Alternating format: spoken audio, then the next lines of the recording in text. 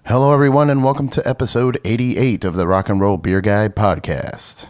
Don't forget to check out the Patreon page. Go to patreon.com/rockandrollbeerguy and get access to exclusive interviews from Psycho Las Vegas with Andrew WK, CKY, Red Fang, Enslaved, and many more. And coming up, some exclusive merchandise that you can only find if you're a Patreon member. In this episode, I talked to my brother, Wes Fareas, of the band NAMM. This is a special NAMM edition interview. Every year, Wes throws the big Name at NAMM party at a hotel suite. This year was at the Hilton. We sat down right before the party and had a long conversation about his career, their music. I will confess, this was Saturday night. We were getting ready to go into full gear, but I had already a few beers in me at that point, so forgive me if we go off on some tangents. It's always a great time hanging out with Wes, and I hope you guys enjoy it. Don't forget to follow them on social media, pick up their album, and don't forget to like, share, and subscribe. Cheers.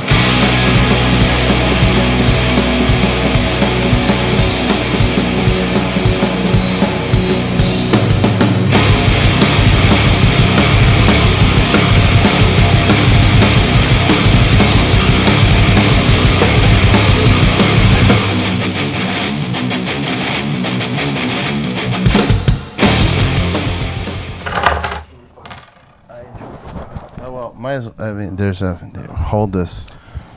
I'm currently pouring. This is a Bottle Logic barrel-aged Imperial Vanilla Stout called Fundamental Observation from 2018. It is 13.2% alcohol by volume. Yes. And it descripts. It's a good word. The descripts say Imperial Stout aged with Madagascar vanilla beans in a blend of bourbon barrels. Tight. This beer will most definitely give you diabetes. Oh, totally. I mean, that's syrup for sure. Scissorp. For those of you listening, here, hold on. Check this out. Yeah. Perfect. I don't know if you heard that. I'm sitting in the luxurious 12th floor suite of the Hilton Hotel here in Anaheim, California. Same city that this beer is made. Oh, I didn't have to travel far. So we got very local beer. We are at the, what you called it, the calm before the storm. The calm before the storm, for sure. For the NAMM after parties. It is Saturday, This NAMM. is the 10th one we've done, by the way. What? This is the 10th, because we've been coming to NAMM a long time. 10 NAMMs? I've been to like 10, and I've hosted 10 after parties. This will be the 10th. Fucking Christ, dude. Yeah, 9 with him. How? Fucking, I know. I have too many friends, and we all like alcohol, like more than we should. Yeah. I say more than we should. I like that we like alcohol that much. It's not more than we should. It's created such amazing friendships. Yeah, it's the social lubricator. Yeah. Cheers, first of all. Blink. As we sit here, your brother is asleep on the bed. Yes. I can hear him snoring. It's nap time for sure. Nap time. It's Saturday. There's been 3 days of NAMM. Yeah. I've only done 2. This is your first day. I only did 1, man. I cut this one in half. Yeah, it just gets to be a bit much. It's awesome. It can, like, I love it to death, but then depends on what you come in here like with certain intentions. You know what I mean? It's like, cause I love looking at gear. I'm a fucking gear nerd for sure. Yeah. But it's just kind of like this year I knew what I wanted to look at. You know what I mean? Like, I'm gonna go say hi to my orange guy. I'm gonna go say hi to Alex. By the way, Alex, if you're listening, fuck you. Alex doesn't listen to this. Even though he's a big supporter, Alex is. He doesn't listen. He's a good guy. He's a great guy. Dude. And thank you for introducing me to him. Yes, actually, yeah, it was the last NAMM that I introduced you guys. Yeah, because I met you at the Poison the Well show. Yeah. At Chain Reaction. Met you through Jeff. Wow. Poison the Well. Reunion show at the Chain Reaction was nice. It's good to see. A good night. That was a fun night. It's a fun night. I lost a tooth at Nails. But that was good. Yeah. I rewatched that video the other day. Dude. Fucking animal. Can I tell you something disgusting that I probably shouldn't tell anyone, but I'm going to tell everyone? Yeah, it's like it's all or nothing. I like so that tooth that I pulled out, that got kicked out of my face at a NAMM, not a NAMM, Jesus Christ, Nails show. Yeah. It was in LA at the, I don't even fucking know, the Roxy? Roxy. Yeah, it's next to Rainbow. You didn't play? No. Wolf King played. Wolf King played earlier. I was because I used to manage them, so I was tour managing for them. Right. So we had the day off. Yeah, you were just hanging. It's a day off tour. We were just in town. Yeah. We came. You guys came to hang. You got the back because you had the van. You guys got the backstage parking, which I thought was great. Yeah. yeah. Like, oh, you're a band? Yes, we are. Yeah. And we hung out at the nail show, and I got kicked in the face. And when I left the show, like my tooth was loose, so I ripped it out. I ripped out the little chunk of tooth that was left with some pliers. And you have amazing slow motion footage. Slow motion, dude. It's the most. And this like war cry afterwards too, though. Slow motion. It was to this day, there's a hole in my mouth, and now there's an abscess in my gum up top where that hole was. So every morning I wake up and there is like it's like swollen like a bubble of just liquid and random like blood and pus, and I push it, and it comes out of the hole. Oh fuck! Every day. Jesus! And when was this? This was about a year and a half, 2 years ago. It had to be 2 years ago, probably. Fuck. I just got insurance with my new job, so dentistry is on the way. Totally. I was like, please cash in with that one. Yeah, I mean, or I'll just die. Because I heard you could die from like infections. Just cut your mouth out. It's fine. Yeah, I don't need my teeth. I don't eat. I just drink. Yeah. Liquid diets are fine. So we met at the Poison the Well show. Yeah. You knew Jeff. I've known Jeff forever, being a Hialeah boy myself. Yeah. And we kind of, it was weird because I guess it's just your personality, but we hit it off right away like we had known each other for years. Yeah. Actually, you know what's funny is that when we had hung out the first time outside of that whole party night from Poison the Well, we went to some bar, right? Some sports bar? We went to some fucking sports bar and drank the big-ass fucking jugs of beer and just got shithoused. I don't remember what happened after that.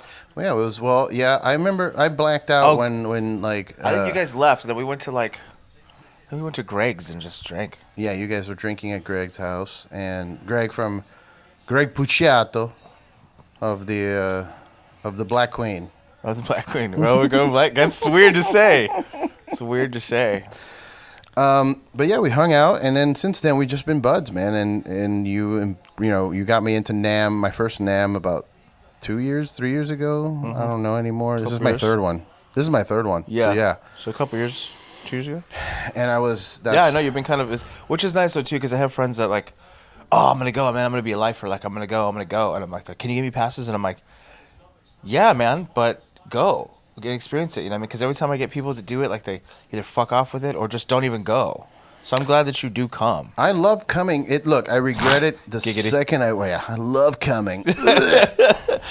I regret it the second I walk in. I'm like, God damn it. Because as I'm getting older, my anxiety is kind of like increasing.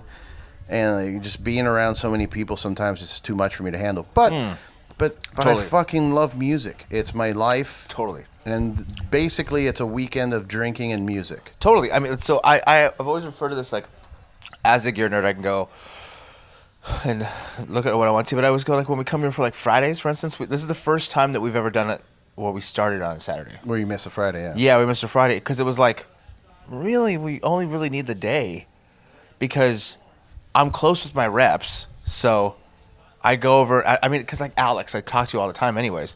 So I'm seeing like, hey, fuckhead, you know what I mean? Give him a hug and then we bullshit a little bit. It's not like wow, let's catch up on a year worth of, you know what I mean? Right. It's more like, and I go to the Striving guys, everyone's really nice. And then my rep actually from EMG, he actually moved to ESP now. So I got to see him. I got to chop it up with him. But pretty much you make your rounds and you say thank you for the people that helped you get here. Mm-hmm. And then you get to go find some cool stuff. But in the end, it's just...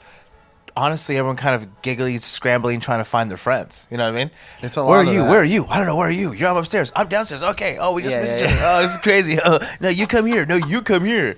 Yeah, and that's kind of part of the fun, because I always refer to this like it's like a fucking high school reunion. It's like a camp counseling thing with no counselor. I mean, it's like a camp. It's a summer camp with no counselors. Yeah. Because you don't get to see these guys like very often. Like the only time I ever get to see, like Dave and Nick and Scott and all these guys now, we all live in different areas. Yeah. And it's either at a show or here. Yeah, it's either when we're playing each other's cities, we're on tour together, and that's it really. And then so here is nice because whenever we do see each other, it's like, oh my God, so good to see you. I gotta leave because I play somewhere else tomorrow, or vice versa. You know what I mean?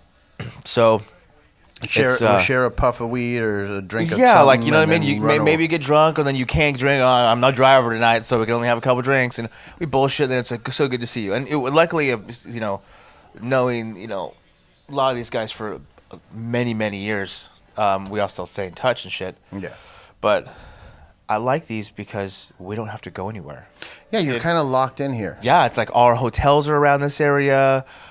All the things we would go to is around this area. So it's like, hey, we don't got to do shit. We all got to be here tomorrow so we can all hang out tonight. And that's the number one reason why I come. Like, it's just a homie hang fest for me. I get to see a lot of good people and just have a fucking blast. It's also nice because it starts the year off right, getting kind of away from reality. Mm-hmm. You know what I mean? It's a good way to start the year. It's a palate cleanser for sure. Yeah. You know what's funny? Every NAMM that starts, and I guess it's just coincidental with the fact that it's the new year and whatnot, but every NAMM there has been some kind of crazy life-changing event. Like, I think my first one, I had just left my job at Modern Times.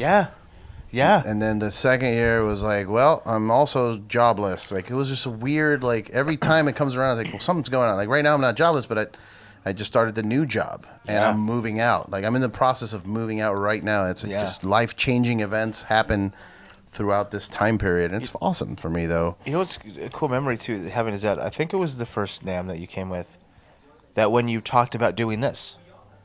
Right. You hadn't even started it. Hadn't even started. You're just like, here's an idea I have. Yeah. I'm like, that's fucking rad. Because you're like, I work with brewers and I fucking work with bands. And so it's cool that I literally got to watch, like, this is an idea that I have to, hey, I remember you texted me like, I've got a couple out of the way and I'm going to post these. And then you posted them. And then now I'm just like, fuck. And I'm watching this happen and how well it's been going, which is super cool to see. But it's funny to go, he was telling me this idea when we're passing a food truck on the way of leaving the NAMM convention center. You know what I mean? So it was cool that, like, this was like watching it. I literally watched this idea grow. And I don't even... Like, and it took 2 years for me to be able to sit here and do this. I'm sorry it's taken so long. No, I mean, honestly, it's not me too. Honestly, I don't even know how it's gotten to this point.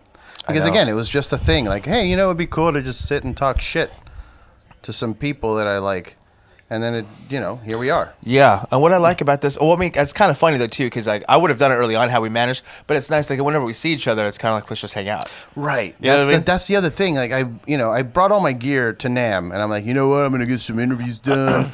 But whenever I see someone, I just don't feel that urge to be like, hey, let's sit down and do a podcast. Yeah. I just want to hug them and like, totally. That's what I'm saying. This kind of situation is though too, because there's some people you go, hey, like we're cool, we're friends, let's talk, whatever.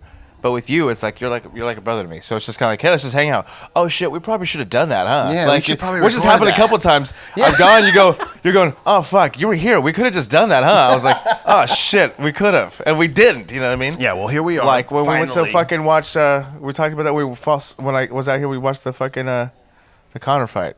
Oh my god, that's right. Yeah, we did the Conor fight at your friend's house. Yeah, Conor and Mayweather fight. Dude, shit's weird, man. Dude, which was an ordeal to get all that shit done. Trying to figure out the illegal streams. Trying to how can we do this for free? No, fuck it, we're buying it. Nobody's paying money for this shit. You know us to buy this shit. Oh my god. No, so all right. So for those, we know each other well, but for those that are listening that don't know very well, Wes, you are in a band called NAMM. I am. How'd you come up with that name? Oh man, I actually, what's funny too is that I did 2 other interviews today, and walking around, and that was like the second question everyone asked me. Really? Name. So how did you do that? But at least you're the one laughing about it, like knowing it's silly. But some guys like, so name. Tell us about it. Tell us about NAMM. How'd you come up with that name? Name. Well, okay, so it was something we pushed harder when we first started the band years ago, but now it's kind of keep more quiet. It's actually an acronym. NAMM stands for the New Approach to Martyrs Expressions. Oh. Which is something that I was writing under when we had this old bands we were like fucking with, but that I wrote a lot of stuff underneath there because I had this whole concept I was working on of like everyone should have something they believe in that's worth dying for, and mine is music, mine is my art. And so we kind of transcended that into what we were doing, into a new project, which was NAMM, which I restarted with my brother because we had a different band before with different members, but it was just him and I. And then so we kept it, and the name kind of became its own thing. Yeah. Because it was because I like that we kind of adopted the fact that like it's genreless, like no one really knows. I kind of like that, you know what I mean? Here's certain bands like Cannibal Corpse, are like, oh, I fucking know what they play. Yeah, you know what you're coming in for. So I kind of like people go, name. All right, and then they have to listen to it to know what the fuck I'm talking about. And I really don't even know how to classify it. I don't. That's why I can't either. So I have to be like, just go look it up. Like just go listen to it. Go listen to it, and then let me know. Like I don't know. I don't even know what to call it. I mean, I have told you that I have felt certain elements of Patton and some of the stuff you've done. That's a huge thing for me. Yeah, I mean, I was obsessed with Faith No More as a kid, and then Mr. Bungle California, like that record, was a huge record when it came out when we were kids. Like that made me kind of go, it's okay to do different styles of music. Right. Like, it's okay. Because we were growing up in a scene where it was like, either you were like tough guy hardcore, pop punk, or like bouncy, spiky hair Jinko metal. You know what I mean? So like I said, you had to fit into a certain So mold. it was hard. Like, so when we heard bands like, so I heard Candiria 300% Density 2, and that was a big one. That was like, holy shit, you could do different genres and it's okay. Like, it's okay. Like, first we were uncomfortable. Honestly, it felt like you were coming out, you know, like, can I, is it right time? How do I do this? Like, right. How do I really do this? And then when we heard bands like Candiria and Mr. Bungle, that was, that made me just kind of go, fuck. Well, then we don't have to fucking worry about shit. Right. You don't and we have did to. it, and it was an uphill battle, especially like getting our first deal and getting out there or whatever, but it ended up working out for the best because then now we can do whatever the fuck we want, and that's kind of what we're known for, I guess. Yeah. We're not going, wow, man, you used to be a straight hardcore band, but now look at you. Like, we're never going to get that. That's kind of shitty, like, that fans are like that, though. Like, you look at Poison the Well fans, for example. You know, there's dudes that are like, fuck it, nothing better than Opposite of December. Which is funny, because I love their latter half shit. Yeah, I love all of it. Dude, I love all of it, but I mean, like, fucking, was it Versions? Is one of the greatest records you've ever heard in my life. Like a blues. Dillinger's heavy. Another band that falls victim to that. Like, you're people singing. I'm like, why not? Why can't you? Why is there singing in this? Yeah, you're like, get the fuck why are you out making my ears hear different notes? You know what I mean? How dare you, bro? I just want to hear a dude that sounds like he's on fire. Totally. No, Dimitri did sound like he was on fire a lot. Look, I get it. I'm also a musician, but I feel like I'm more of a fan than a musician. I just kind of stumbled into being in a band. Yeah. Like, I literally did, though. Like, it was one of those things. My thing was just having house parties. Even when back in the day I was still living with my family. We had this big old house, and it was my grandparents and my mother and like all these people. And every chance that they were out of the house, I would throw a party, and it would be 3 or 4 bands and, you know, hundreds of people. Yeah. And that's how I got to know several of the Florida dudes, like Poison the Well, or like All Is Well, or Black Line Grind, a bunch of these fucking bands. But we would do that. And then one of those parties, I was like, you know what, man? I'm going to do a Pink Floyd cover by myself. That's awesome. I'm going to do Welcome to the Machine. And then one of my buddies was like, I'll just like play an acoustic. I've always wanted to cover that song too, by the way. So I was like, I have a keyboard, I had a little micro Korg. I'm like, I'm going to jam the micro Korg. It has the sounds I need. I'm going to sing it. And my buddy was like, I'll play the acoustic guitar parts. I'm like, sure, dude. So we sat there, we played it, and that's how I met Rue and Billy and the dudes from December. Yeah. And then they were like, hey, man, if you have like songs, we'll jam with you. I'm like, what? That's not a thing, right? I can't be in a band. I'm just a fan. Yeah. So it's fun to see, you know, people that appreciate all sorts of, like me, like it's a fan. You're a fan of music. Yeah. So appreciating all the different genres, and then it influences you to create something new and unique that is drawing influence from all these different things. Like, I love bands like Converge. You hear Converge, you know what you're expecting. you have two different types of songs with Converge. You have the fast, really fast, crazy, chaotic songs. Yeah. Or you have the slower, sludgier, kind of stonery, you know what I mean? Or some of these like other punk bands but you put it on and you know what's coming. You guys are doing something that you don't know what's coming. It's unexpected. And that's what I appreciate. And thank you for saying that. I mean, honestly, it's like it's so always hard to really truly describe, and sometimes it's hard when you do more formal interview stuff, and it's gonna come off as pretentious. And when people are like trying to ask these questions, I'm like, don't set me up for me looking like a douche. Like, so tell me how you're the best musician in the world. Yeah. Well, that's easy. Well, you have 3 hours. And also, I'm gonna apologize now because I am highly intoxicated, and it's been 2 days straight of this.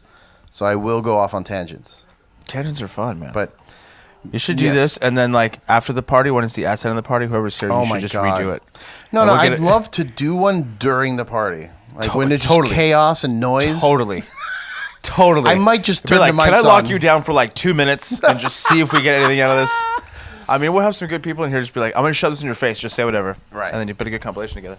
Yeah, I mean, a lot of my time I spend trying to figure out how to not be like every other interview that people do, because you guys do a lot of them, especially out here in NAMM. Like that's the thing. That's a big thing for sure. But honestly, I think it kind of comes with the angle. If it's like, hey, so tell me about this new record, blah, blah. And you're like, fucking blow me. I mean, dude. There's times where I'll interview some people for the podcast that I'm not familiar with. We're not friends. We just met. I know their publicist, and their publicist sent them my way. Yeah. So I end up asking these, like, hey, so I hear you got some new music. Tell me about it. Yeah, there's a rigmarole. You know what I mean? There's the whole. I mean, I don't know what else to ask you about. So tell me about the stuff and things you do. Yeah, you like How Star are your stuff Wars? and things? You like the Star Wars? Yeah. I like it. Hey, so stuff's tight. You want to talk about that? Stuff's tight. Yeah. But yeah, so what's the story with them in terms of what are you guys doing moving forward? Are you guys working on the music? Okay, yes. So, but we're finishing this whole album kind of cycle thing. We did some solid touring. Summer, we kind of took off from touring. We did a festival stuff, which was super interesting, doing like flyouts and like little drive outs to just do tour, like major focus shows. It was something different for this album. But in doing that, it's just like gave us a lot of downtime to work on other shit. When we did Nowhere, You're Mostly Nowhere, which I picked up on vinyl, and you should too if you're listening. Go ahead. Oh yes, available at Wolf's Recordings. Vinyl. So we did it much different than the way we did the Audio Star record. Is that we wrote like, so we went through a whole like legal battle with getting off our label. That sucks. Yeah. So. Can you talk about it? What's the label? I mean, it's all done now. So we were on. I don't think they give a shit anymore. They're from Germany, anyways. I don't give a fuck about this stuff. So we were signed to Live Force Records. We were signed. I don't ever talk about this. So this is an interesting story. So when we got signed to Live Force, by then we already had a couple. We had a couple of records. We had Portrait album out, and then we had EP called Hypertrophy, and then we had another EP called Memoirs from My Sweetheart the Whore. So we signed to Live Force. This guy Drew Jurgens. He signed a bunch of good bands that were on Relapse, and he jumped from being an A&R guy at Relapse to the head of the American Live Force office. Well, we signed with them, and we did the whole thing, and we got a lot of good offers. We got a lot of shit offers too, like fucking some record labels, fucking Roadrunner. I literally wiped my ass with that one. Roadrunner ruined some of my friends. That's why I had to pull the movie Airheads. Remember the movie Airheads? Oh yeah. He wipes his ass with his record contract. I'm like, I gotta say, I did this once in my life. What? Yeah, fuck that place. So that fucked up a lot. So I mean, we signed with Drew because he just was like, we're never gonna tell you what to do. And he goes, kind of was like, we want to sign. This is the deal. The first record you do is probably not going to make a bunch of money or anything. He goes, but it's going to let the world know that who you are so we can set you up for the second record. And I was like, that kind of honesty was like, this is great because we're looking at this long term. We don't want to be like, we need success for every record.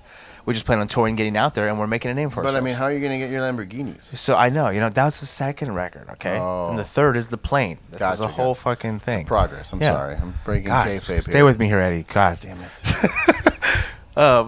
Long-term goals. The next is an island. I'm only doing this after the for next the record. island. After the next record is an island. This one I bought Exotic Animals off. You got your Jet and your Tiger. Yes.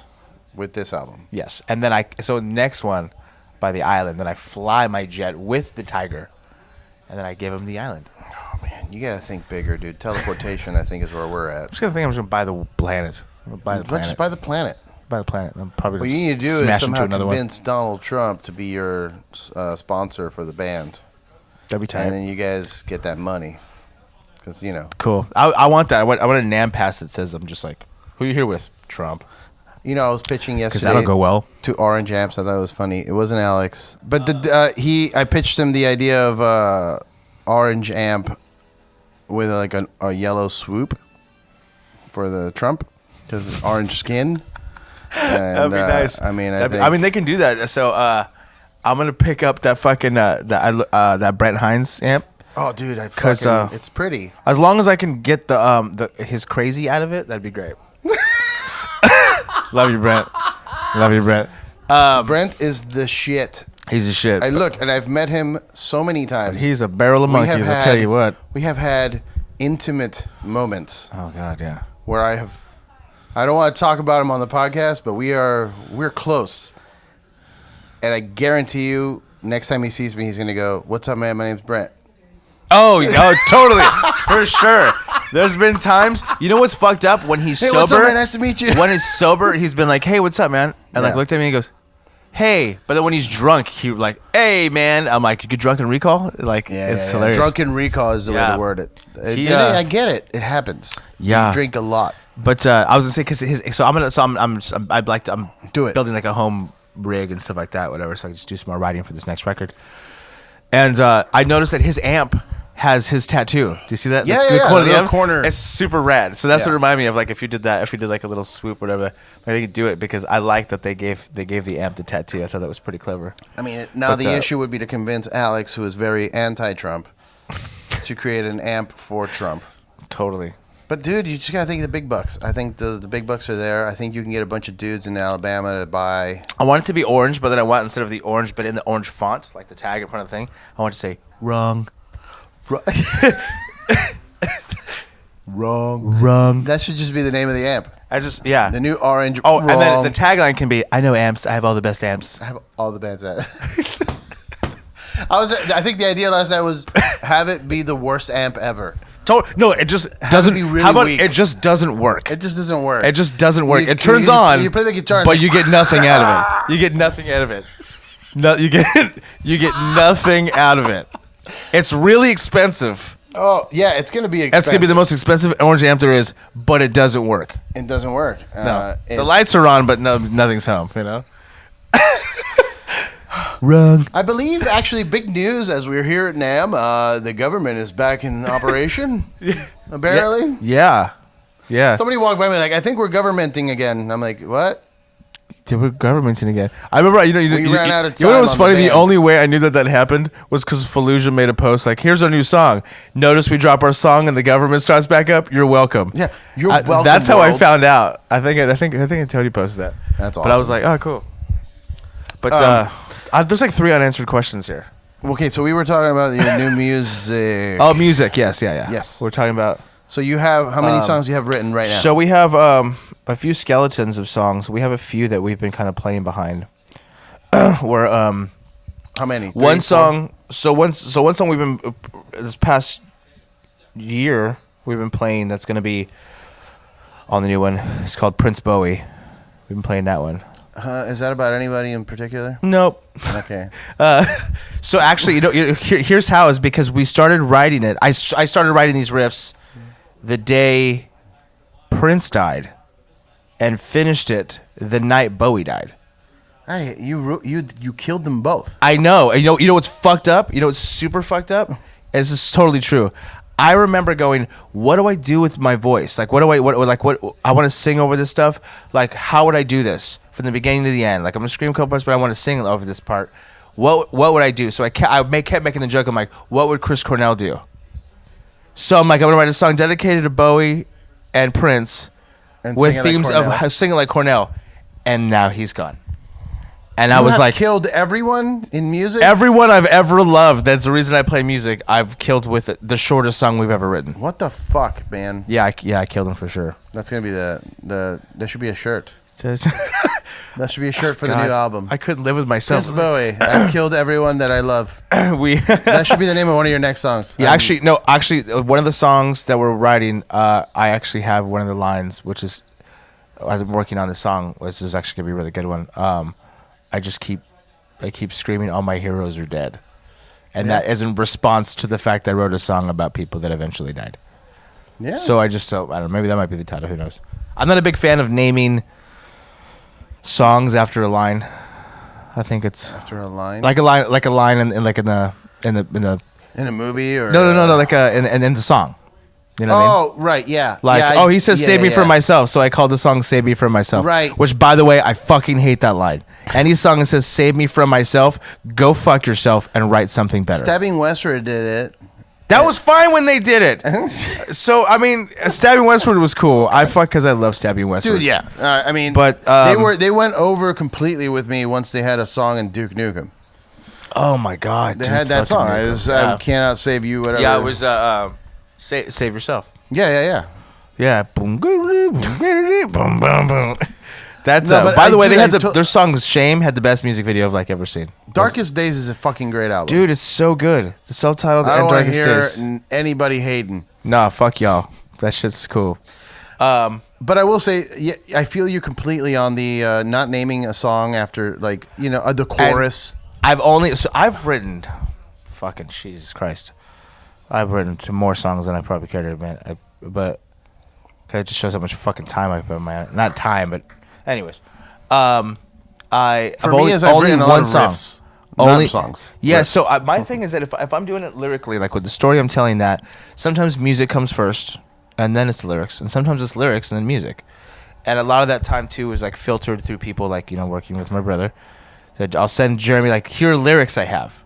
Well, here's riffs that make sense for this. And so he'll go, that would be cool at this part. And I'm like, okay. And then I find a way to have it make sense, but I don't got to force it in. It's like either I decide to scream it or I decide to sing it. It's whatever sounds natural. And it doesn't matter if the riff is heavy, because sometimes, some of the heaviest riffs we have, I'm singing over and vice versa.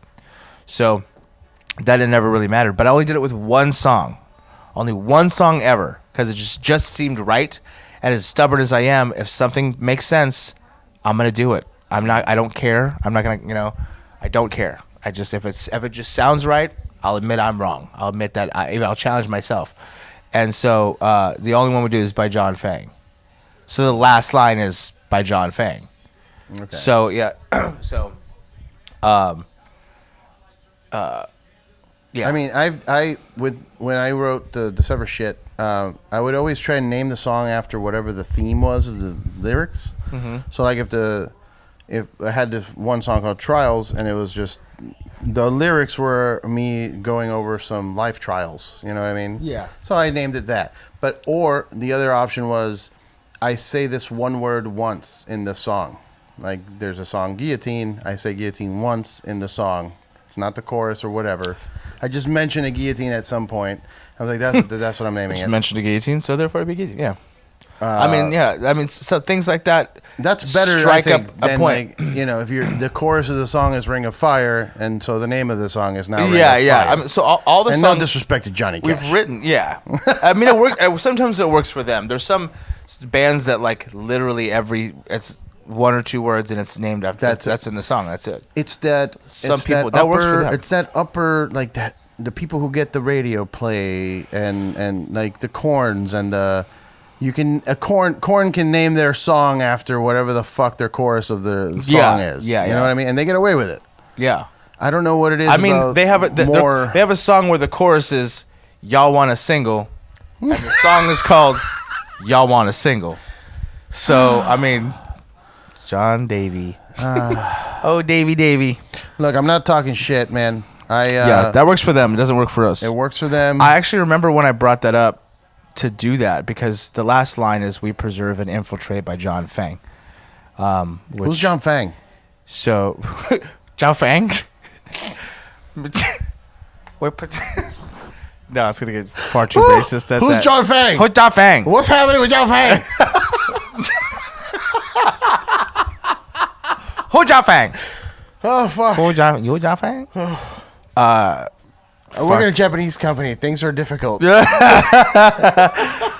I remember when we do that. So I say we preserve, and then Jeremy screams and infiltrate, and I say by John Fang. But I remember when I was going through, and I'm like, what are we gonna name it? And I remember I go, I think I want to name it by John Fang. And then Jeremy gives me like a hard head whip. He's like, what? Are you sure? And I was like, yeah, it just makes sense and it looks good on paper, and it just by John Fang. And with no intention for that to even really be the single. But Jeremy was very adamant on that. So everyone's like, oh, you guys are sludgy now? And then listen to like track 1, they're like, oh no, never mind.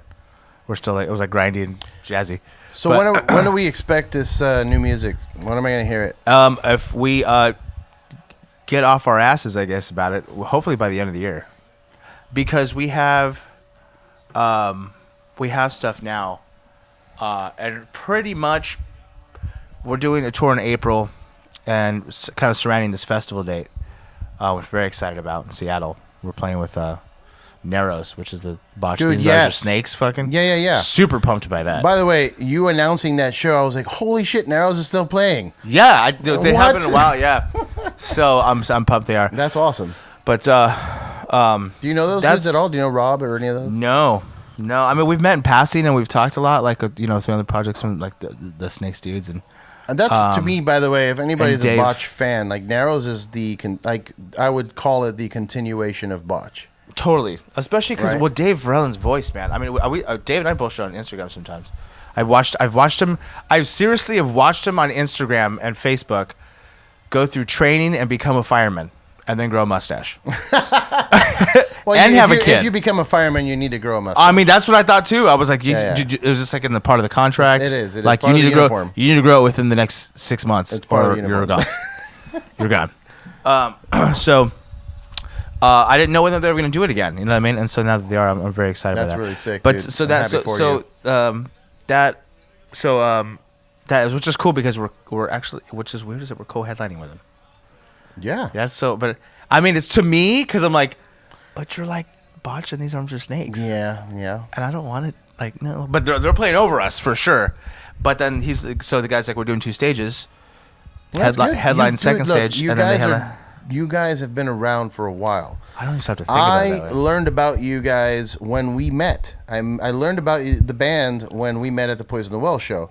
But my buddy Nick and a couple other friends were like, yeah, dude, those guys have been around for a while. I'm like, I'm just oblivious because I'm, in my We've been a slow burn world. for a lot of people. And they go, oh, yeah. And then we had some people go, I've heard these songs. Those guys, that's you? I'm like, yeah, we wrote that for. They go, fuck, okay, tight. But people didn't know it was us because either you know the name or you don't. But then also we're the most ungoogleable band ever. It's hard. So yeah, so it's hard. I kind of so in the end I kind of made it. There's 2 things the angles that we kind of went about with this was that means if people really want to listen to us, they got to seek us out. And 2 is it allows us to through every album. So what we do is we do like a website dedicated to every album. So the information's there, the artwork is there, unique artwork is there. Everything is just pertaining to that one album. So we kind of wanted to focus into like, if you want to look at different periods of this band, you have to look up the albums. Don't look for the band, look for the album. If you remember that, Internet Killed the Audio Star was for you, do that. If you think Portrait was for you, do that. If you think You Are Mostly Nowhere is that, then you remember that, you look it up or whatever. If you seek it out, you see it. So we try to keep as much of a presence online as much as possible so people can at least find information. But it's kind of like we want people to kind of find moments in time of when these records are made and go back and look at that. And not just like, oh, just type in a name and you can just fucking figure out whatever you want. Right. It's like I want every album to be something significant to them in their time period. Because some people are like, man, your record here made me want to be in a band. Now I'm in a band. Now I listen to this record and I can't stop listening to it. I'm like, that's cool. That's fucking years gap in between this record and that record. But you had 2 totally different associations with it. And that's fucking cool. Instead of just like, I like your band. These records are cool. Like, you know what I mean? Like, I want something specific for each one. For sure, man. So, but this time we're not trying to do what we refer to as the Dillinger thing and spend like 6 years in between records. Oh. Because we pulled that between Audio Star. I always call that the Tool thing. See, they do that on purpose. They're like every 5-6 years we'll give you a record. Or now that was 5-6 years they tour. 10, isn't it? I was like, now it's been 10. So it used to be that, but now it was like we'll give you every 5-6 years we'll do a tour, and every 10 years we'll give you a record.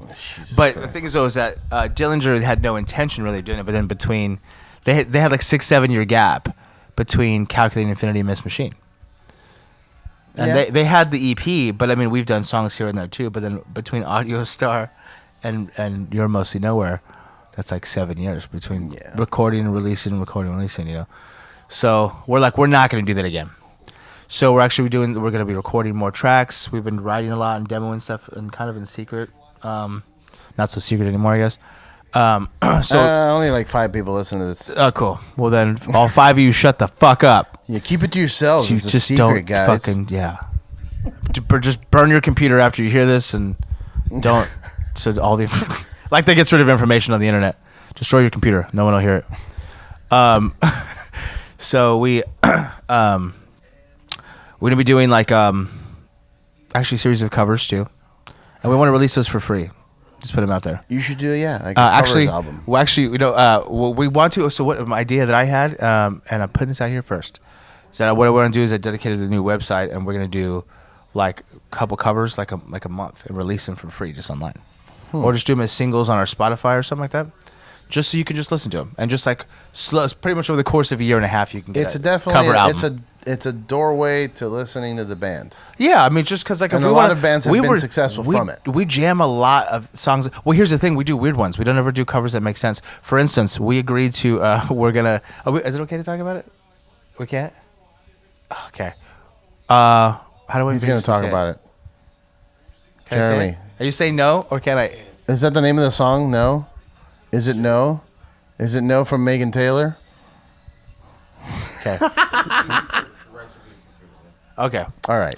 We're gonna be doing some covers that are gonna be pertaining to some themed.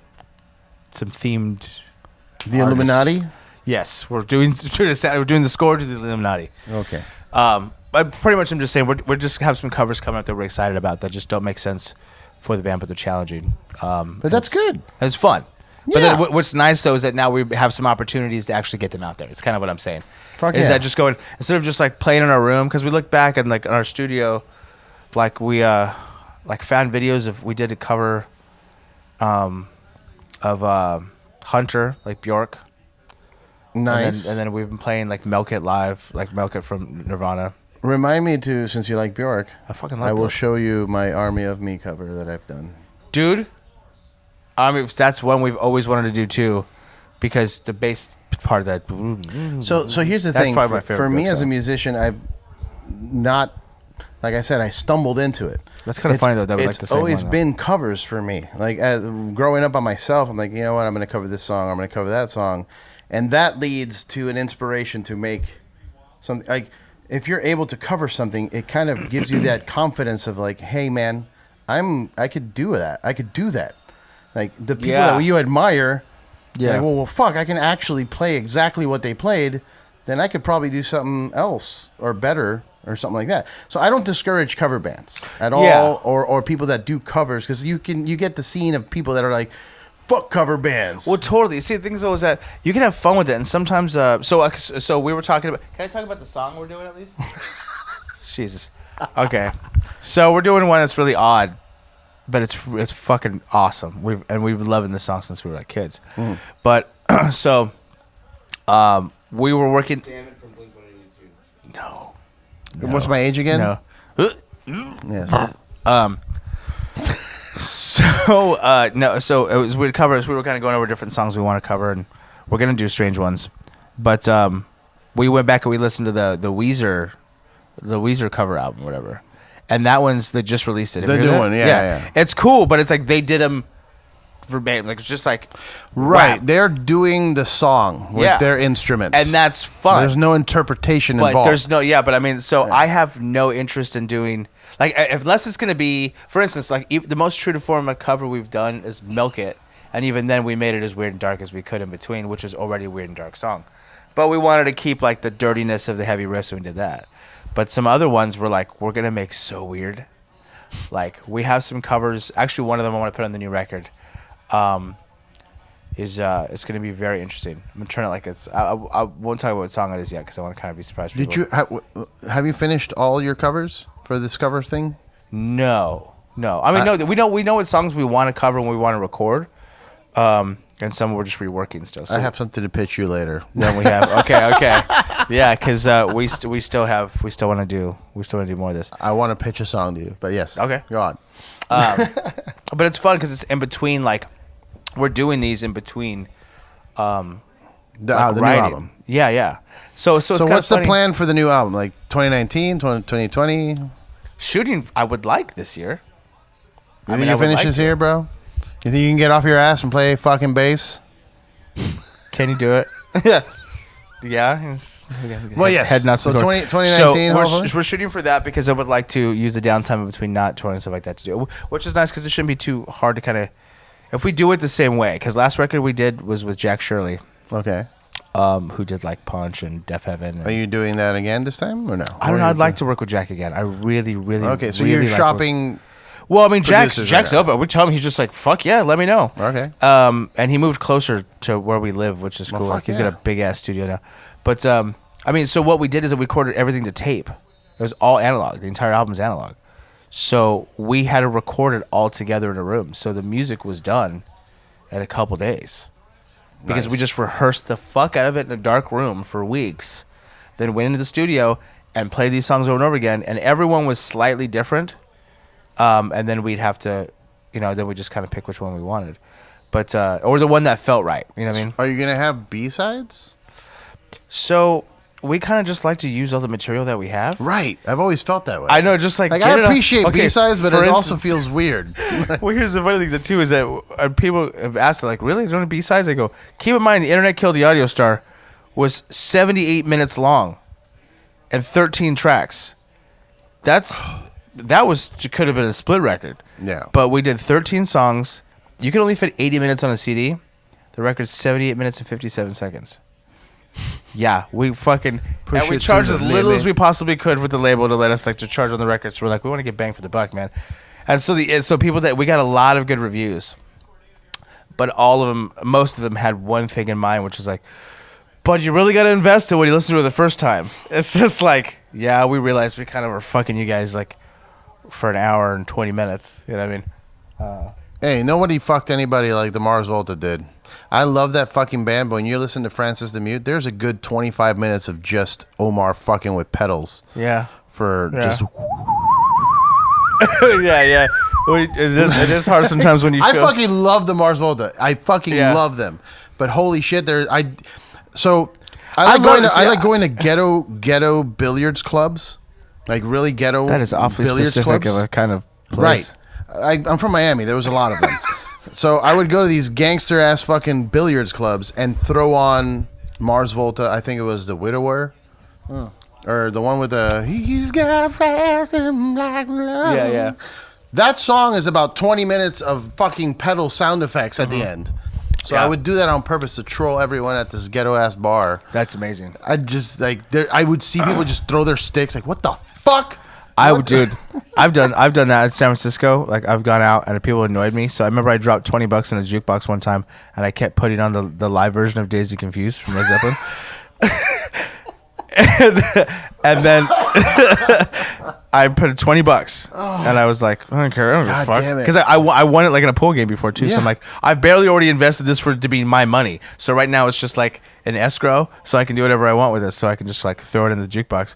Later on I was like, I went to go buy a drink and I was like, oh man, I could have used that $20. But it was totally worth it because I sat there and I remember sitting there and by the third time it came on, we hear this like, baby, fuck. And you hear the bar like, God damn it. And it just went on. And it was so funny. And people going, ah. And I was like, remember seeing my back turned to them like, fucking worth it. Enjoy it. Fucking worth Take it. That was fun. But yeah. So, all right. I was gonna say too. By that logic, though, too. Let's be real. I love him to death, but let's be real. Old Man Gloom is like 7 minutes worth of riffs. Sure. And like 20 minutes worth of noises. Hey man, there's an audience for it. I'm that audience. I mean, I fucking buy those records. I love it. I'm that audience. We are that audience. Yes, we are that audience. But it's definitely a smaller circle of us, right? Totally. I mean, that's where that band fits, and that's kind of where our niche is as a band too. It's just like it's very, very Well, niche. here's the thing. It's like to skip away from let's do music interviews. As a human, like I feel weird when I have friends that are just Cuban buddies of mine from high school that don't listen to metal or rock at any, and it's all salsa, and reggaeton. But I always forced upon them. I would force upon them metal music. Like, I'd be like, "Yo, check out what I'm listening to." And they'll be like, "That's weird. That's weird." I'm like, "Yeah." But listen to it, and like I kept shoving it down their throats to eventually, like some of them appreciate it now. So yeah. I mean that makes sense. I mean, honestly, we've kind of been that way with a lot too. Actually, we've turned. If I really have to look at it honestly, without sounding like dicks about it, but I mean, my brother and I have opened up a lot of people that we grew up with, like into a lot of different music, because we just be like, listen to this, or just put it on. Be like, oh, like you listen to metal. Yeah, fuck yeah, I love Disturbed, bro. We're like, no, that's not what we're talking about, man. Not what we're talking about. And they give you one of these, the fucking like, bro, you like fucking Godsmack, and they fucking mosh like this. Yeah, fuck yeah, I'm gonna go drink my fucking Jaeger now, bro. Let me tell you what, though, growing up in Miami, they were like, no, listen to Cave-In. They're like, what do you think is this? I grew up in Miami around those people. Yeah, and I'm not disrespecting them. Those are my people. Yeah, Cubans from South Miami. I went to a lot of these radio festivals that they would do in Miami. Like the radio station that would play rock in Miami was called Zeta. Okay. So they would have Zeta Fest once a year. Jones Fest. Yes, Catherine Zeta Jones Fest. And they would also do a Halloweeny roast on Halloween time. Tight. And it'd be corn, Mudvayne. Did you say on Halloween time? On Halloween times. I like that. In Halloween times, they would have Halloweeny roast. roast. And it would be like scary bands, like Marilyn Manson and Rob Zombie. Merlin Munchkin. We've got Rob Zombie and Marilyn Manson. And no, but I'm getting it. It would be those types of bands. I would fucking go and jam the fuck out, though, because that was the only chance I got, because Miami has no rock scene. Yeah. So you take what you can get, kind of thing. Right. Well, fuck. This is the heaviest thing I'm getting. I gotta flex this muscle. Yeah, I'm gonna go mosh. Yeah. I'm not. So I had a crew of dudes. It was just a bunch of. It was a bunch of us that would just get together and like, hey man, we're gonna look out for each other in the mosh pit. Russian water. Yeah, have some Russian water. Yeah. We would mosh to like Godsmack and stuff. We didn't really care about the music. Yeah. It was an opportunity to practice our jujitsu in a circle pit. Nice. You know what's funny is a funny thing to look back at, and those kind of things that my brother and I have always listened to weird music. Like we liked our bands. Jeremy was a big Korn fan. I liked Korn. Like the first Korn album. The first three. I like the first three. Yeah, sure. I mean, if you listen to fucking what's the song? My Gift to You, right? That's the last track on fucking Follow the Leader, Korn. Yeah. And you try not to tell me that's a fucking Doom song, I'm gonna punch you in the dick. That's the heaviest fucking Doom song ever. It's doomy as fuck. But I was honestly I was a Deftones kid. Like for sure, everyone had their niche, right? Yeah. Jeremy was the Korn kid. A lot of our friends were Marilyn Manson kids, but like they all wanted to be the spooky kids. You know what I mean? They all Marilyn Manson. Well, hey, look, I'm from actual Florida, where Manson was around with the spooky kids at Churchill's. Yeah, it was a thing. Well, then the Central Valley did not translate that well, because they went hard with the Jinkos, and they went hard in the paint and the hair and the fucking. What was that? What was the hair dye? The Hot Topic one. Manic Panic. Bro. My God, that was a time to buy stock, dude. That was a time to buy stock. Totally. Hair glue. Jinkos and Manic Panic. Back when Hot Topic was still called Hot Topic and not HT. But so there's Manson kids. There was some Limp Bizkit kids. There was what else was there? There was Incubus kids. Lots of Incubus kids. I liked Incubus. 311 and Sublime kids. I liked Incubus right up until Morning View, where it got a little too soft. But Dude, funky, Science, crazy, Science was rad. Early Incubus and Fungus, was fun. yeah, Fungus Among Us, that was good, and Science was really good records. And I get what happened. They stopped smoking weed and taking acid and started doing coke like adults, and then their music changed. It happens. Yeah. Well, see, so that's the thing is that I'm all about bands happening, but we were still listening to weird shit like when we were kids. Like Jeremy and I were still listening to grindcore bands like We thought that one song was somebody else, and it ended up being like Soylent Green, and Napalm Death was like the first metal. Napalm Death and Sepultura were the first metal records I ever bought, and Sepultura that was was close. because Mortal Kombat soundtrack. Dude, I saw that day one in the theaters, man, with Jeremy, and then remember when fucking Johnny Cage is fighting Scorpion. And his Fear Factory, that dun, zero signal. So good. I was like, what the fuck is this? And I'm is leaning so- forward, and my mom's going, sit back. Push me back. I go, no. No. What is that?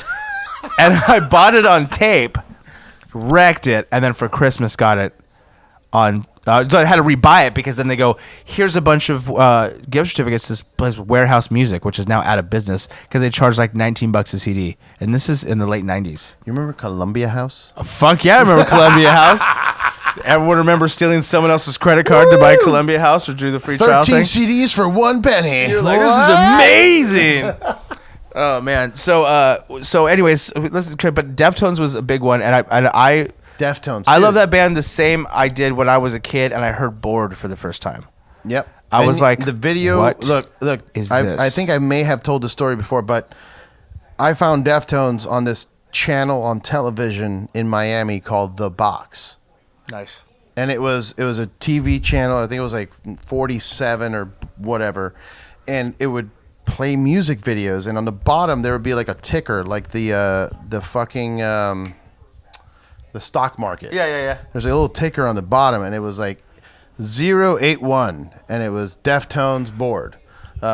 075 Marilyn Manson dope Marilyn hat. Manson. Dope hat. Like it would have Dope Hat. This That shit sounds was familiar. What was I can't remember that song. It it was the fucking Willy Wonka song. They had the video. It was Willy Wonka. That's right. Okay. Yeah. So they had all these videos though, right? And the name of the band, a number, and the name of the band, the song, and then a phone number would scroll by every once in a while, and you call it. It's 1-800 blah blah blah, and you fucking, it's like, ridiculous. hello, this is the box. Press your amazing. number now. And Yeah. then it's like 015, and Marilyn Manson would show up on your fucking TV. That's incredible. Dude, it was great. That's really cool. Back in the day, That's before so cool. YouTube, Yeah. that was the only way we could be like, I have control of what I'm gonna watch right now, and it's Yeah. they charged your phone line like 50 cents, I think it was, for the fucking video.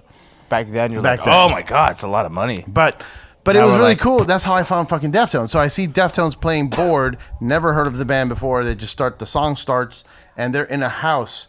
It's like an abandoned house. Yeah. And they're jamming. I'm like, oh wait, but that's what I do with my friends. Yeah, me too. Like, That's why I was like, oh fuck, these all right, guys these get are me. dudes. I am also bored. I am you know? also bored as fuck and So, getting I drunk mean, in a house. It and was there's skateboards. it was anthemic, and I don't think Yeah. that was necessarily their intention, or I don't think people really realize that on a massive scale. That's very anthemic, and if you like that band, then you're still with them. You know what For I mean? sure. And Deftones is one of the only bands that made it out alive out of a time when everyone was so easily just trying to classify things and just kick them under the rug, like, oh, you're new metal, oh, you're this, Right. oh, you're that. They oh, escaped, you're a rap they metal escaped band. they escaped the Every genre. record is different, dude. And Every also, record's they're one different. of the few from that era that are A, still alive, and B, still going. Yeah. And with the original members. I because, that's a funny choice of words you said. Well, the only member that's not there, Chi, who had passed yes. away. But isn't it weird that that's the only way? That's the only reason. It's the only reason that they got Right. It serious, wasn't that but- they had an argument and Yeah. somebody jumped in to take over. I have a hard time with bands that do that. The only band that has crossed that threshold for me was Dillinger, because I just loved them so much. I'm like, oh, fuck it, whatever. You guys have a rotating door of guitarists and bass players every once in a while. I mean, and which sucks because not bass players, drummers. Sorry, drummers. Yeah. Well, I mean, yeah. The only reason they didn't have Adam is because of the accident. No, I know. So, and then- I know. But so- after that, so- it was kind of like, you know, And things happen. Liam's been OG. Liam's since pretty Adam. OG. How many fucking guitar players have they gone through? Tuttle and fucking 5? Can you 5? speak up. This is casual.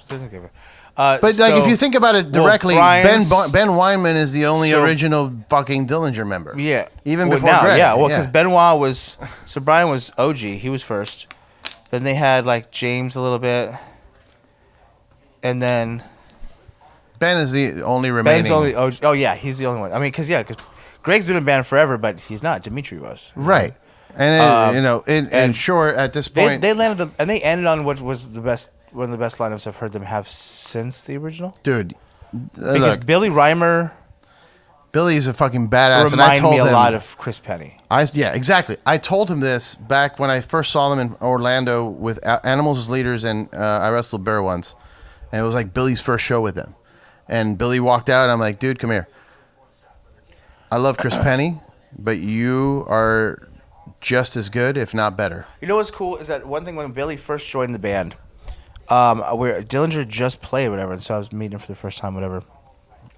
And I was talking to like a bunch of people who was there. It was Greg and some other people, whatever, just bullshitting. Talking about it, I said I was like, Billy's the best I've seen since Chris, you know? And they were like, and so a bunch of them brought up a good point to me. Someone said, like, you know what? Billy is, because Billy's young, especially when you join the band, he's really young. Yeah. Is that they go, Billy is better at the age he is now than Chris was at that age. Yeah. You know, Chris Penny he's really good. He's an incredible drummer, but they're like, Billy is better at that age than what Chris was that. And I'm like, so I'm just excited to see what Billy's going to do in the future. For sure. But he just killed it. And actually, which is really, you know what? Here's a funny story. Billy, if you're listening, I love you. I got to put you on blast. This is funny. Is that so one time we were just walking through and I hear, hey, Wes. And I'm like, what? It's fucking Billy. I go, what's up, man? What are you doing? What's going on? And he's like, yeah, I'm just here for like Vic Firth or something like that. I'm doing like or whatever, or Tom, I don't know, whatever. It was a Tama. I don't know. He was doing drum stuff. He goes, they asked me to come out with my first NAMM. This is kind of crazy. And I go, oh, yeah, cool. Did you come out? He goes, yeah, I just came out here. I go, did you come out here yourself? He's like, yeah. I go, where do you live? He's like, New York. I'm like, he drove out. He drove from New York out here, okay? And then he's like, yeah, I got to do like this show, like exhibit thing tomorrow. Like we're doing this big thing. And I'm like, oh, cool. Yeah, we'll come by and support you, right? And or that was that night. It was that night. And he's like, "Can I hang with you guys?" Yeah, fuck yeah. We would blast, right? And then we go see him, and it was like in one of the halls of here, in the Hilton, and it was like him and like Billy Cobham and Blake from Between the Buried and Me. Oh, Blakey. And like 3 other drummers. Blakey Stakey. Yeah, it was like different. It's like 6 different drummers surrounding in the room. Do you remember that, Jeremy? What was that? Like, you can say things. You're like a fucking mime over there. Yeah, get over here, Jeremy. No, I need you to do your British instrument review before we close this episode out. We'll get some California burritos. Wait a minute, sure. Where are we at? Dude, yeah, we can go get burritos. Okay, so anyways, to finish this then. Yeah. Is he goes to play and we sit right behind Billy and he goes, I gotta wait for my turn. They kind of shine the spotlight and then he does his own little solo thing, right? And he starts playing and we're sitting there going, fuck, this guy is good. And he did this little groove, remember that? He does that. Here's this tight little groove and I go, fuck, this kid is good. And I'm really excited he's with Dillinger. And I like that they're all excited about it. But Ben was super excited about it. Greg was excited about it. Play. I'm like, now I'm excited. Okay? I'm super excited. He plays and he fucking destroys it, man. He fucking kills it. And then we leave, and I go, let's go grab some drinks. Like, yeah. And I go, he goes, okay, I'm gonna head out or whatever. I go, where are you going? And he goes, oh, I'm gonna go to my car. I go, okay, where are you staying? He goes, oh, I'm just crashing in my car. Oh, I was Jesus like, Christ. What? And he goes, yeah, they asked me to come out. And I said, yeah, for sure. I go, they didn't fucking cover you for a hotel? He's like, I don't know. I didn't really know how to go about that. You know what I mean? Like, I didn't ask him. Yeah. I go, are you fucking kidding me? Yeah. Come stay with us. And he fucking come and stayed in our hotel. And then we just talked about all that shit. And him joined Dillinger and we became friends. Dude, but like we got a suite around the corner. I wasn't even here. But it had bunk beds because it was like a family apartment. Ooh, thing. like a B&B type of deal? It was in a hotel. Nice. But it just had like a room that was specifically with bunk beds and shit. And it was I remember that because it was the day that the Niners lost, or the Niners were going to the bowl. I don't know, I can't remember. We watched the game in the lobby, but anyways, yeah. I mean, that was just funny to see that kind of the progress of that, and just go like. There's a lot of dudes that my car. There's a lot of dudes that come out to LA for that, and they do the car thing. Yeah, like if you go, I've been visiting the Comedy Store a lot here in LA, and fucking love that place. All those people, like, there's a lot of comedians that go out there that are just sleeping in their fucking car outside of the Comedy Store. Yeah. Like, and I get it, dude. It's expensive to live out here. You know what's kind of funny though too is that thinking about the people that are successful now, the comics that we like, that did the same fucking thing though. Yeah. So there's no real incentive to not. You know what I mean? When you're Well, it's like music. well, you had people out here that were doing it before, like Chris D'Elia. I knew about him doing that before. He just got the show Whitney. Remember that? He did that, and then like nothing he planned out, and it didn't really work out the comedy thing. And so he would just like crash, and like couch surfing and like car crashing. It's very similar to that. music. I mean, you Totally. start off playing local shows in front of no one. I mean, and Oh it's my not God. just everyone. I mean, people.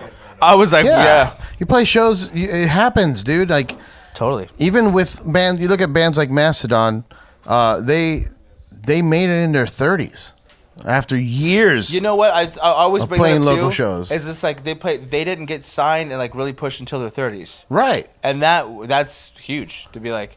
But then also be able to do it because by then Brian had already had a kid and shit like that. Yeah, So every it's look, they and did the thing. They played and every made show. it fucking work, Yeah. which was cool because there's a way to make that work at whatever age, really. Yeah. But it's just that You got to be pound smart the about pavement. it.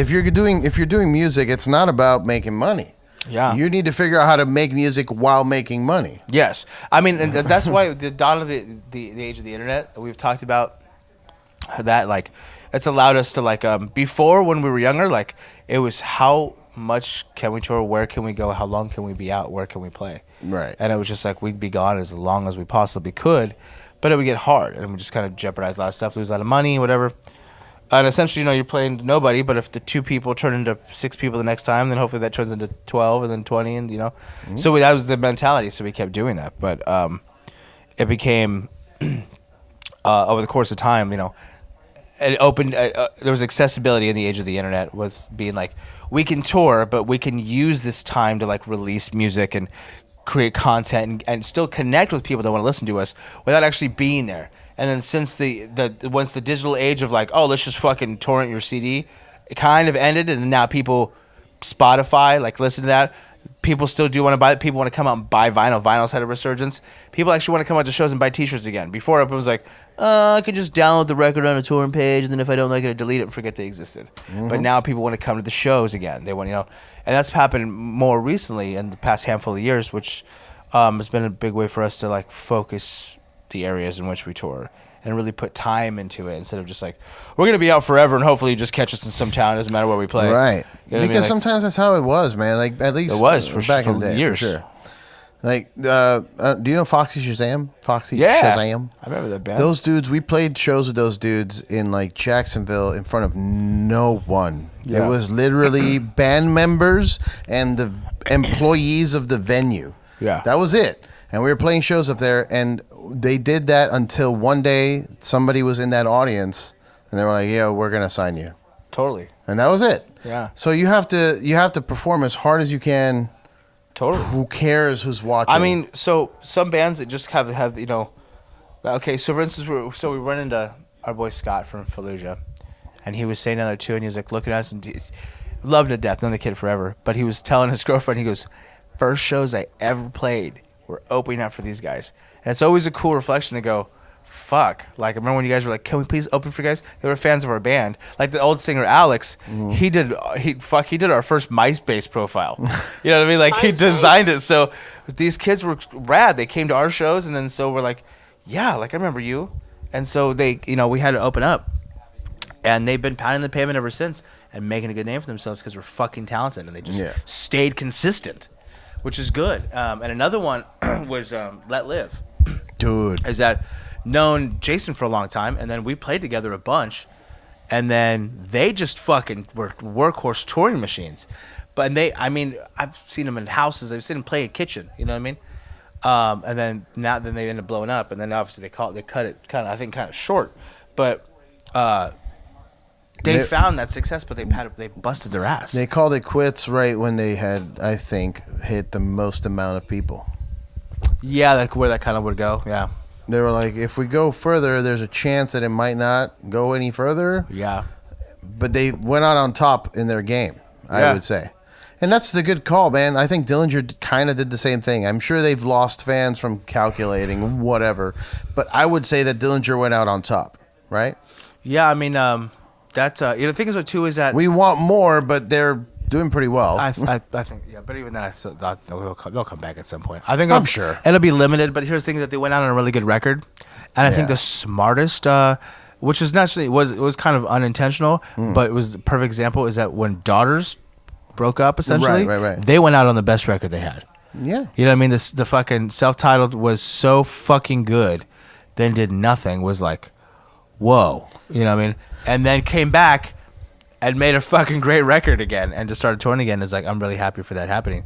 But it's just like, I guess once you get to the end and you kind of recognize it and you don't deny that anymore, like you hit a point of, like you can't find solace in what you're doing anymore, maybe it just burns you out. Sometimes you need a break. Yeah. And that's a time for people to focus on side projects and stuff. I mean, honestly, NAMM has been there a lot. Like we've been times when we get stale about something or we can't do something. We keep ourselves busy. Yep. I would try to be as active as I possibly can. Jeremy's been more active in this past year too. So, what you should check out, Outed, his other project was fucking rad with Memory Never Dudes. It's one of my favorite. It was one of my favorite heavy releases of 2018 for sure. Have you heard that? Did you listen to that record? I have not. Well, you're fucking up. To you. I haven't heard anything Dude, in a it's long fucking. time. It's everything I love about like. I've only been listening to grindcore podcasts lately. Oh God, you are getting old. I'm getting old, dude. I'm getting old. Yes. You know, okay, and going back to that though too is that seeing this happen, which is funny, seeing the transition of you're a music fan, not even the podcast, is that I don't get many chances to talk about it, other like outside of him or some like other friends at a bar. So this is kind of cool doing it kind of somewhat of a formal setting. Yeah. Because it's like for me, ever since I was 14, when I fell in love with the local scene, and I'm going to say this honestly, and it says say it without ego. It's just like I've been involved in supporting local scene since I was a kid. The first show I ever put on was our first show. I booked ourselves for our first show, and I did it for his birthday. It was his birthday. We were 14th birthday. And I rented a fucking venue, and I fucking hired a sound guy that I saw shows at from when I went to local shows in my area, and I just made it happen. From there, I go, I'm gonna do this. I started putting on shows, and I had some of the most active shows. I was booking. I was 15 years old, and I was putting on the most active shows. Some great bands come through, you know what I mean. It's like just dealing with so many different styles of bands coming. And then I continue to do that, and so it's been nice because even now, I mean, I work at a venue when I'm home, and I used to run a venue before and co-manage another one. So it's like I've been involved with venues, and when I was living in San Francisco, it was music halls. I just been working at venues. I surround myself on either side of the fence in music. I'm playing. If I'm not on tour, I'm working at a venue, and and my whole thing, especially when I was working at this place, Red House, was because I wanted to give back to where I didn't have many options when I was a kid, and I'm very grateful for the options that I did have. Mm-hmm. I built community from it. I gained a lot to refining my craft. I've made some lasting friendships because of it. So I wanted to give youth a safe space to do that. So we had an all ages venue for years, and it worked very well.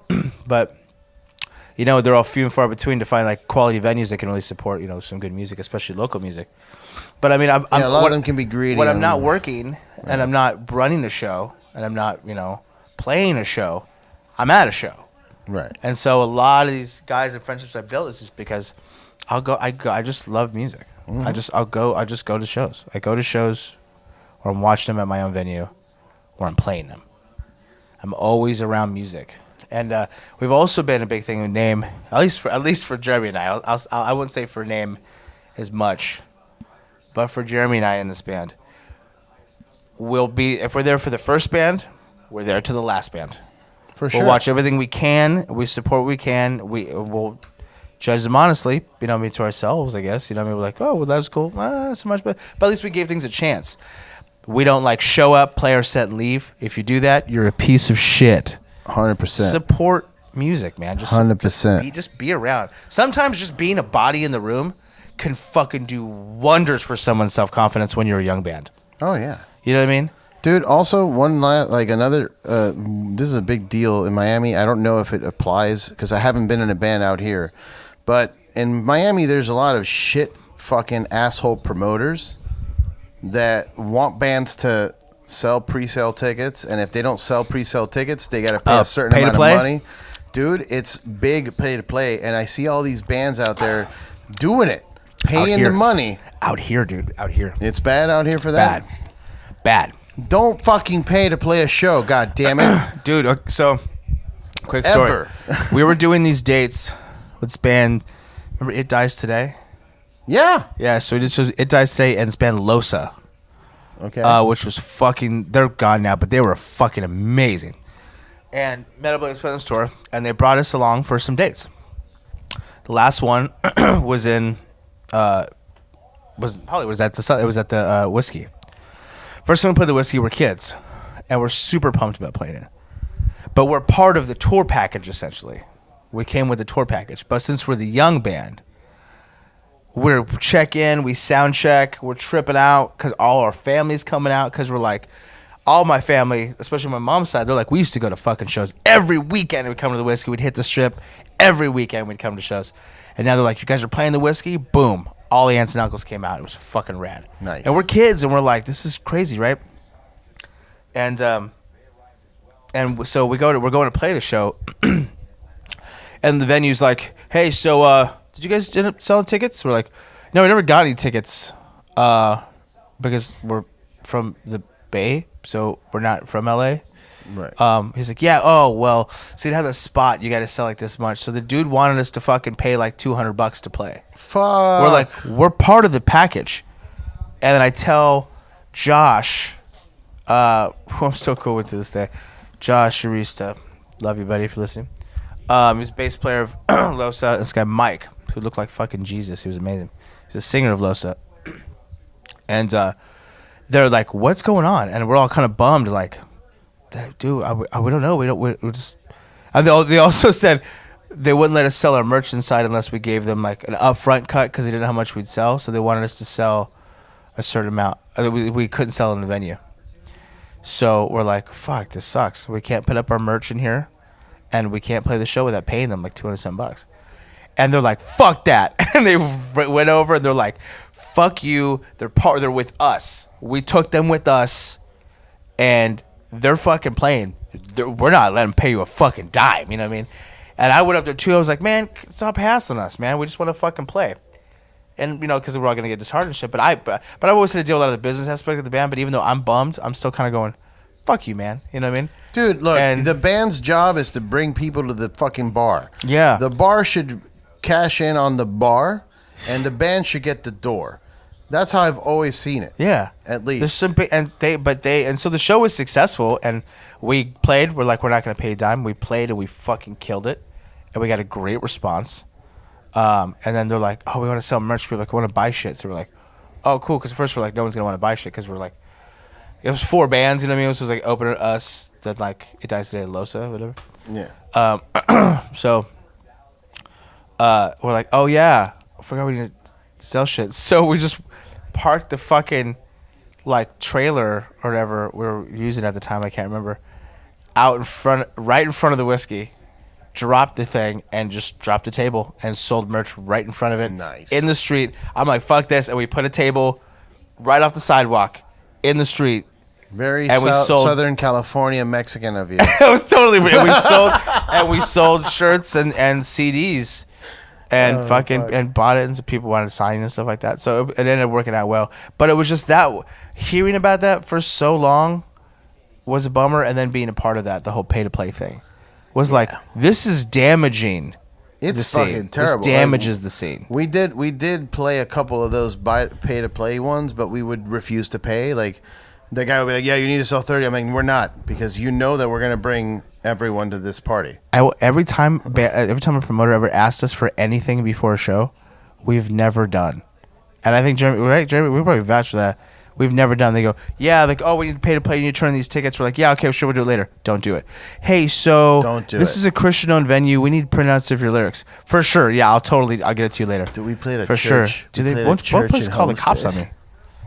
We've been banned from places. We're banned from so many fucking church-owned venues. Dude, fuck it. But yeah, look, which is great though. I think that's a good point in your resume, in your whatever, like category, or not category. God damn it. drugs and alcohol. The catalog. Catalog. Of the I was like band. catalog report. Right. You could say, look, we played a fucking show. We got banned. That's a good thing for rock and roll music. Oh, for metal music. honestly, and I think that's having. It's good to always have a business mentality about things, like how far you go, but always never forget kind of the DIY mentality of like, you gotta kind of do it yourself. Right. And by the thing is like, if you gotta set an image for yourself, might as well be an honest one. Yeah. You know what I mean? People will see right through your lies. Oh, totally. That's why we've never had to have any gimmicks, and we've never had this. You know, when you're a kid, you try to find that, oh, the bands I like maybe have a gimmick, and then once we kind of go, oh, yeah, we didn't want to do that. We made the music we wanted to. We've never had a problem. Like, I have no problem. If you say anything, don't cuss. Oh, fuck. Well, guess what? You'll make a lot more money if you did have, like, matching hairdos. I know, right? I mean, there's shit that slipped through the cracks. Like, we did a TV show that fucking... creepy coffee or whatever. We did we did TV, and they're like, don't cuss. I'm like, I got it. They go, don't do it. And I go, The line makes it sound like you say she's still fat. she's still fat. What was or because I say, or are you still fucked? It sounds like she said. Or are you still fat? Yeah. Hey baby, you fat? Yeah. So I was like, are you conscious or are you still fucked? Is the line. And I'm like, are you still fucked? And I said it, and they're like, oh, he's calling some chick fat. It's cool. But they kept it in this, they went through the whole editing thing and they aired it. Yeah. And I was like, because they go, you can't cuss. And I go, okay, that's fine. The producer's like, don't do it. And I'm like, oh, I didn't have to say it a second time. Yeah, you can't do it. It was like, you said it a third time. I'm gonna do it now. If you tell me not to, I have a natural defiancy in me. And what doesn't help is this stems from like when we were kids and we like got kicked out of like catechism and shit, because whenever someone tells me not to do something and I have him right next to me, my brother right next to me, laughing every time I go, no, like I'm not gonna do it. He's just like, ah. I'm like, that's all the support system I need. Yeah. If my brother, you know, my musical partner, he's my best friend and love him to death, and if he laughs at something, I'm like, that's all that matters. Yeah. He's laughing at it because he knows what, or if someone says something and I look at him and he starts laughing, I go, he knows I'm gonna do it. He knows I'm gonna do it anyways, and he knows we're gonna get kicked out of here. He knows we're gonna get banned. He knows we're not gonna get paid. Like, I've done so much shit, which admittedly sometimes we didn't have to. I put us in situations where we didn't get paid. I put us in situations where we got banned for life. I've been in situations where a lot of shit has happened. But I'm so happy from every single moment that I've ever decided I've made that choice. Because it's like, I'd rather look back and laugh about it and go, but we still played a fucking awesome show. Right. You know what I mean? I'm like, it'd be sucked to be like, oh yeah, we totally like kicked this place out. Like, we got kicked out of this place, but it was a shit show. Yeah, dude. No, those are the memories you make. Yeah. I think that's why you and I to go full circle from the beginning of the podcast, and we should wrap it up so we can go party. I was just gonna say that. I was like, speaking of memories, we started let's talking forget the about rest how of the we night. met and we instantly felt connected as friends. Yeah. And I think it's because we're very similar in that respect. Very much so. Like, we love music, and also you just do things, man. You do things that feel fun, and you want to do music. You want to. I mean, the greatest quote to that, can I say, is the one thing I've always related. I think I brought this up to you one time when we were like, yeah, drunk in LA somewhere or whatever. Brought it up is that one of the quotes that I love that I think kind of pertains to kind of all three of us, but especially like in precision, like just in this conversation, is fucking Joker from Dark Knight. He's like, I'm like a dog chasing cars. I wouldn't know what to do with it. Yeah, I just exactly do things, and it's like Exactly. that sometimes is way more fun. Just Yeah. do things, and sometimes you go, oh, what was I thinking? Yeah, but for the yeah. most part, when you did it, you just the experience and the adventure in itself. You have a fun Creates time. some sense of satisfaction. So at least it's some introspective value. Right. You know what I mean? Keep it obviously legal, I guess, in Ish. ish. At least nothing we can say here. No, don't kill people or do rapey things. I don't know, How man. The about night that? is young. But ultimately, I think music is one of those few things in life that brings it brings everyone together. It is the music, the universal language. Goddamn, I am Totally drunk, but music is a universal language. We all can connect through it, and you need to support independent musicians. We were talking about playing the small shows. Don't fucking pay money to promoters. Don't do that. Just play your shows. We're going to go eat burritos. I'm just mad about the t-shirt he's wearing that I don't have one. You're wearing bitch. a shirt with a bunch of tree branches. What does it say? That's outed. That's his. Outed. Do you want? Come plug it. Is that your band? Come plug it. No, seriously. Come here. Seriously, I'm not joking. This is a great Tell record. us about This Outed. is Jeremy Steinberg. Please plug it. It's a pretty good band. We just play music and it's a band. Are you in a death metal band? Is that yeah, what's man, happening? it's some good some power violence. If you like power violence, This is Jeremy, this is not Wes's brother. me. Yeah, You play in name you too. can- We've been talking to you throughout the entire podcast. yeah, man. Just Google the band Outed. The EP is called Fucked. It's pretty Dude, good. It's loud. I like the back part. The logo is you. awesome. It's got some upside down triangles with some upside down crosses. So it's pretty explanatory. Yeah, what's the theme? Tell me. Disneyland. That's the theme. Disneyland, Mickey Mouse. No, it's just angry queer. Kingdom queer Hearts. We're doing angry queer music and for angry queer people. So that's. I like it. It's good. Check it out. It's one of the most original things to hear. Like I said, everything loved by good power violence and grind, created by which heavy music has always come up predominantly like masculine, Okay. and these are from that is, yes, I agree with that. and even though I don't- all the members in this band are homosexual, yeah. and they make scarier music than men that try to be scary and play heavy music, and it is fucking phenomenal. Men who try to be scary are the absolutely the non-scariest. They are the non-scariest. You know Well, what's if you want scary? something The scary, people- listen to 4 gays making really loud, scary music for you. You know, shit that scares me is shit like clowns, like happy things. I don't like know, man. Fucking Things that are supposed to be happy. clowncore. If you're clowncore, Well, they were pretty cool. They're tight. The toilet, the Yeah, they're porta so potty. cool. Yeah, that was They're pretty good. good. But no, like, dude, that's awesome. I didn't know you had that going on. yeah, it's incredible. Is that part of the gimmick of being underground? Not telling me that you have another band, bro. Just here's funny. There's more that he can't tell you. It's that underground. There is, and there's more. There's more. Throughout It's- this interview, we had stuff that we couldn't we'll say talk this about. off record, but it's Jesus. fucking. He's diving deep into the punk Good DIY Lord, Jeremy. fucking roots. All right, look, this thing has been. This is an hour and 26 minutes. This Hey. is the longest podcast I've done so far. You know what? I'm also not surprised because we went in this like fuck it. Before you hit record, it was like pouring drinks. Like fuck it, let's just bullshit. I just got wasted throughout this podcast with these fucking beers we were drinking. You're fucking welcome. And this is the calm before the storm. Oh yeah, it's gonna get worse. The party later. hasn't started. No, it's gonna get worse. We're about to go party. Well, I'm glad I could be your longest. Yeah, I wouldn't want it any other way. I know.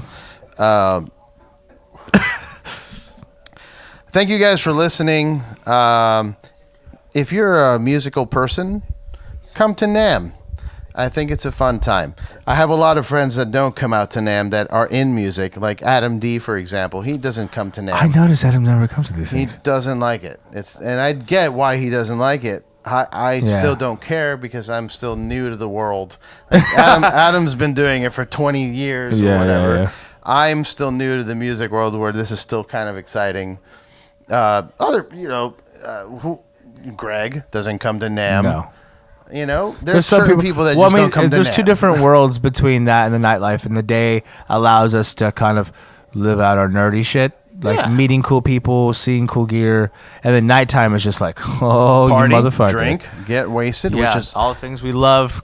Real, it's like music and then like drinking with your friends. It really is about the brotherhood and the drinking. That's what it is, man. At the end of the day. I mean, we're gonna go out and we're gonna meet a bunch of our family. We're gonna go out and be fucking stupid tonight And it's not about and watch Body Count. Yeah, we're gonna go watch Body Count, guys. It is what? It is 8:30. Body Count goes on in about an hour and a half. We're gonna eat food and watch Body Count. If you're not watching Body Count tonight, With you're Jeremy- fucking up. Jeremy's favorite poetic line: "Talk shit, get hit." All right, guys. Thank you for listening. I care now. Wes, band stuff, social media things. Name You're mostly nowhere.com. Facebook.com/nameband. Fatchicksandpartyhats.com.